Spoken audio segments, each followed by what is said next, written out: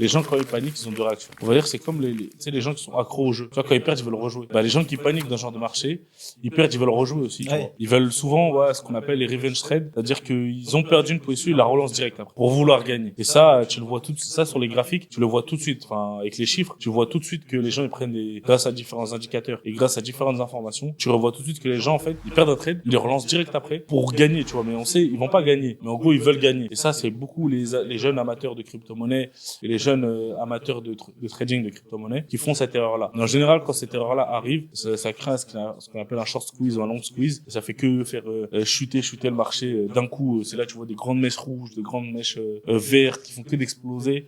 En général, dans ces moments-là, il y a beaucoup de gens, énormément de gens qui paniquent et qui se lancent dans je reprends une position, je reprends une position, je reprends une position d'espoir de gagner. Et ça, au final, bah, tu te fais liquider.